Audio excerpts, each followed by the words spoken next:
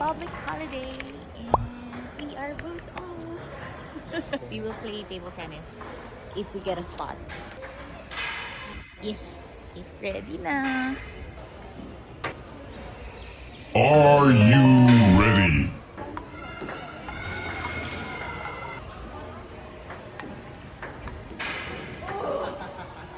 One, two, three.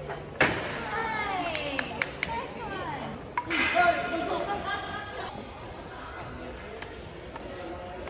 Talo na naman ako. Time to eat! Kakain muna kami.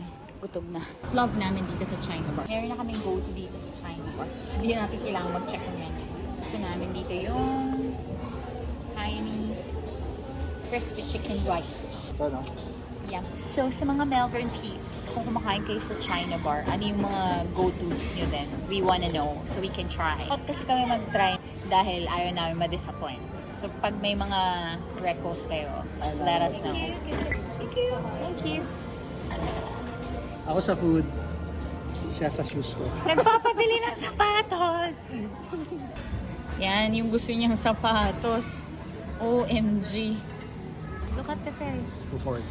240. Good luck naman. Oo, mas malasa yung sabaw na yun. Sabay ng chicken mo. Lumiit na actually yung manok. Pero okay lang. Oo, hindi na gado.